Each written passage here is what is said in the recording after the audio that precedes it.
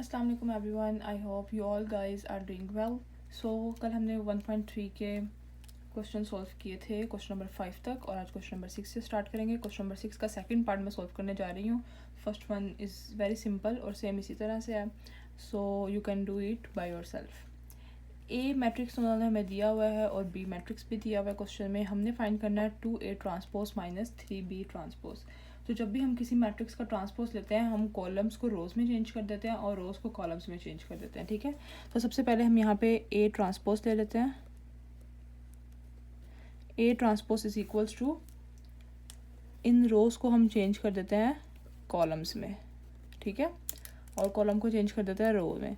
सो यहाँ पे 1 - 2 आ जाएगा, 1 - 2 एंड 3 4, ये हमारे पास आ गया ए ट्रांसपोज। इसी तरह से हम बी का ट्रांसपोज लेते हैं, तो इन रोज़ को कॉलम्स में चेंज करेंगे तो आ जाएगा 0 7 - 3 8, ये हमारे पास आ गया ए ट्रांसपोज और बी ट्रांसपोज। अब हमने क्या फाइंड करना है, 2A transpose minus 3B transpose. सो इसको फाइंड करने के लिए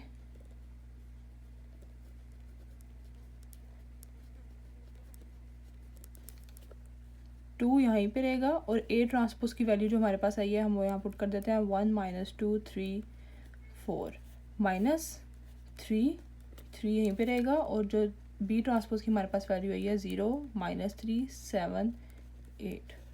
अब ये मैट्रिक्स 2 के साथ मल्टीप्लाई हो रहा है और ये मैट्रिक्स 3 के साथ मल्टीप्लाई हो रहा है, तो पहले हम इन्हें मल्टीप्लाई करके लिख लेते हैं। 2 1 ज़ा 2, 2 2 ज़ा 4, -4 हो जाएगा, 2 3 ज़ा 6 एंड 2 4 ज़ा 8। ओके, -3 को मल्टीप्लाई करेंगे 0 हो जाएगा, 3 7 ज़ा 21, 3 3 ज़ा -9 एंड 3 8 ज़ा 24। ये हमने मल्टीप्लाई कर दिया। अब हम इन्हें माइनस कर देते हैं, जिस तरह प्लस किया था वैसे ही माइनस होता है, कॉरेस्पॉन्डिंग वैल्यूज़ को आपस में माइनस कर देते हैं। 2 - 0 इज़ 2, 6 - 9, माइनस माइनस प्लस हो जाएगा, तो 6 + 9 हो जाएगा 15, -4 - 21 is -25 and 8 - 24 is -16. So this is the value for 2A transpose minus 3B transpose. ये हमारे पास आ गया इसका आंसर। ओके जी, so this is very easy. इसी तरह से क्वेश्चन नंबर 1 भी इसका सॉल्व हो सकता है। ओके, नेक्स्ट हम करते हैं जी क्वेश्चन नंबर 7।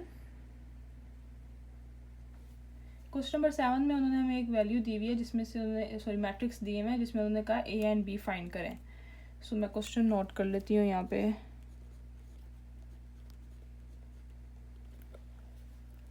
मैट्रिक्स उन्होंने हमें दिया हुआ है 2 2 - 3 4A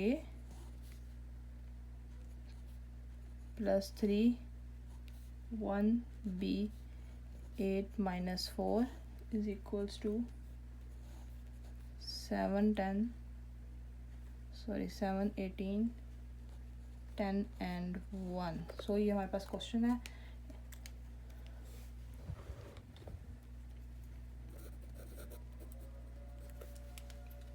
इसका हम सॉल्यूशन निकालते हैं।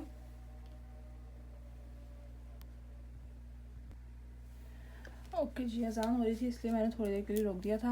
अब हम क्वेश्चन नंबर 7 सॉल्व करते हैं। लेफ्ट हैंड साइड में देखें तो इस मैट्रिक्स 2 के साथ मल्टीप्लाई हो रहा है और ये मैट्रिक्स 3 के साथ मल्टीप्लाई हो रहा है, तो इसको हम सॉल्व कर लेते हैं। 2 2 ज़ा 4, 2 4 ज़ा 8, 2 3 ज़ा -6 एंड ये है ए, तो यहाँ पे आ जाएगा 2A प्लस 3 1 ज़ा 3, यहाँ पे 3B आ जाएगा, 3 8 ज़ा 24 एंड 3 4 ज़ा -12। ये इज़ इक्वल है 7 10 18 10 एंड 1 के। अब इन दोनों को हम प्लस कर लेते हैं। 4 + 3 7, 8 + 3B -6 + 24 is 18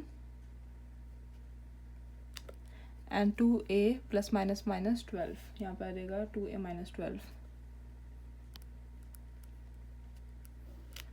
is equals to 7 18 10 1।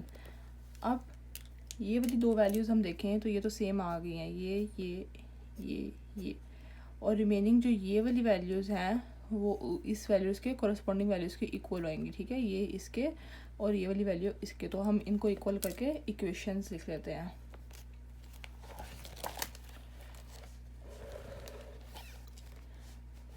तो जी यहाँ पे आ जाएगा 8a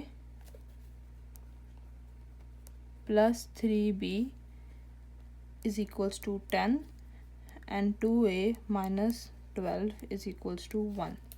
ये हमारे पास आ गई इक्वेशन 1 और ये आ गई इक्वेशन 2। सो सबसे पहले हम इक्वेशन 2 को सॉल्व करके a की वैल्यू फाइंड कर लेते हैं। यहाँ पे लिख देते हैं from equation 2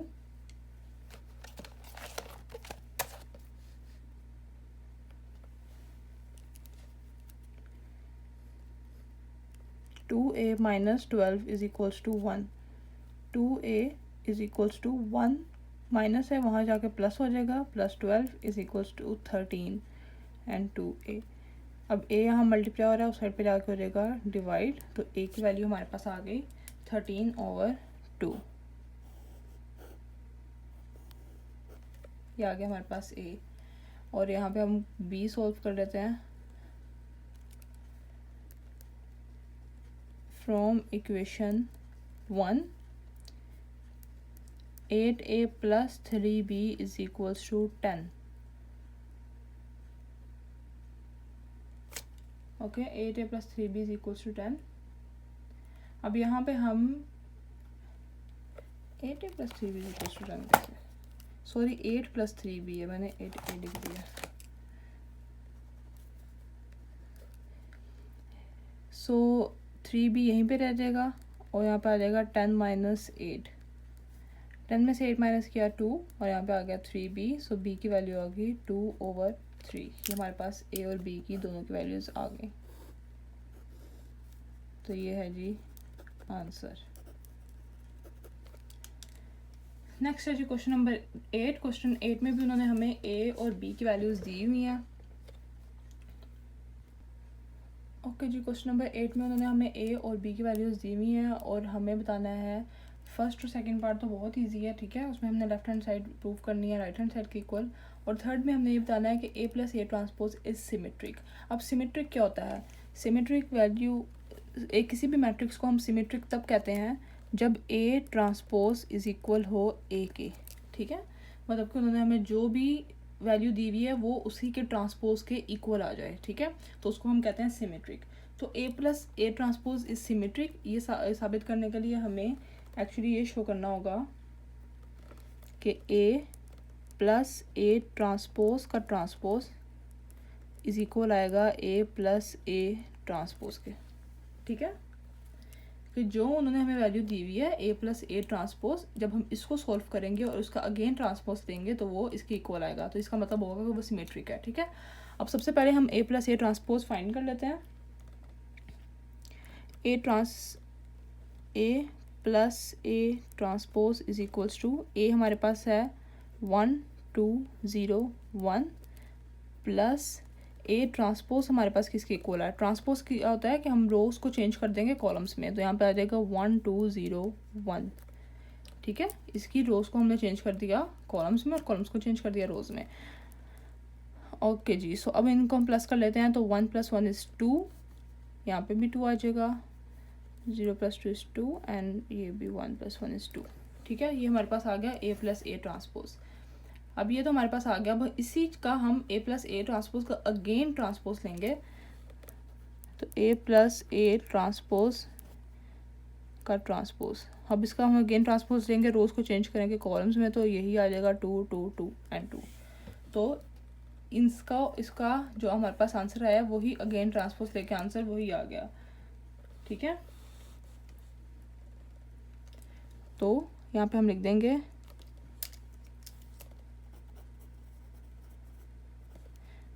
hence a plus A transpose का ट्रांसपोज इज इक्वल है a प्लस ए ट्रांसपोज के। So prove that A plus A transpose is symmetric. Okay, ये आ गया हमारे पास आंसर। इसी का एक और पार्ट हम सॉल्व करते हैं जिसमें हमने ये बताना है कि स्क्यू सिमेट्रिक है या नहीं। ओके जी, क्वेश्चन नंबर 6 में हमने ये बताना है कि B minus B transpose is skew symmetric. अब जब सिमेट्रिक होता है तो उसमें तो हमने ये बताना होता है कि ए ट्रांसपोज इज इक्वल है ए के, और जब क्यू सिमेट्रिक की बात होती है तो इसमें हमने ये बताना होता है कि ए ट्रांसपोज इज इक्वल है माइनस ए के। ठीक है, कि जब भी हम ए ट्रांसपोज लें वो इक्वल आएगा माइनस ए के। तो यहाँ पे इन्होंने हमें सॉल्व करने के लिए दिया हुआ है बी माइनस बी ट्रांसपोज। ठीक है, तो हमें कैसे पता चलेगा कि इस क्यू सिमेट्रिक है या नहीं है, कि जब हम बी माइनस बी ट्रांसपोज का ट्रांसपोज लेंगे वो इक्वल आ जाएगा माइनस बी ट्रांसपोज के। ठीक है, कि वो माइनस के इक्वल आएगा। अब अगेन उसी तरह से हम पहले B minus B transpose find कर लेते हैं। बी हमें उन्होंने दिया हुआ है 1 1 2 0, ये हमारे पास बी है। ठीक है, अब सबसे पहले B minus B transpose find कर लेते हैं। बी है 1 1 2 0 माइनस बी का ट्रांसपोज लेंगे तो रोज़ को कॉलम्स में चेंज कर देंगे और कॉलम्स को रोज़ में। सही आ गया। अब इसको हम माइनस कर देते हैं।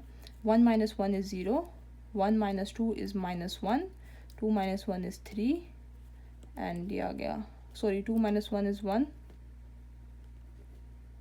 और यहाँ पे आ गया 0। ठीक है जी, ये हमारे पास आ गया b माइनस बी ट्रांसपोज। अब इसका हम अगेन ट्रांसपोज लेते हैं।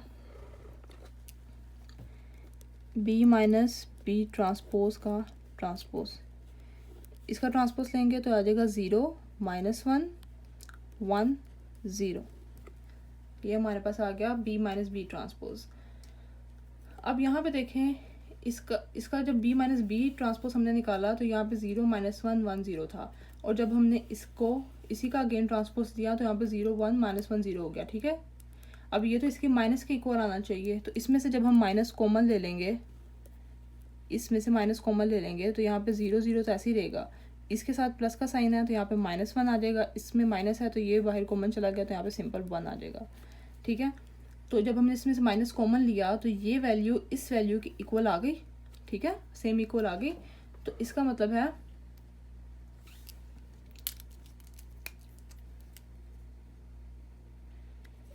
यहाँ पे हम लिख देते हैं since b minus B transpose का ट्रांसपोज इज इक्वल आ गया है माइनस बी ट्रांसपोज के। So prove that b minus B transpose is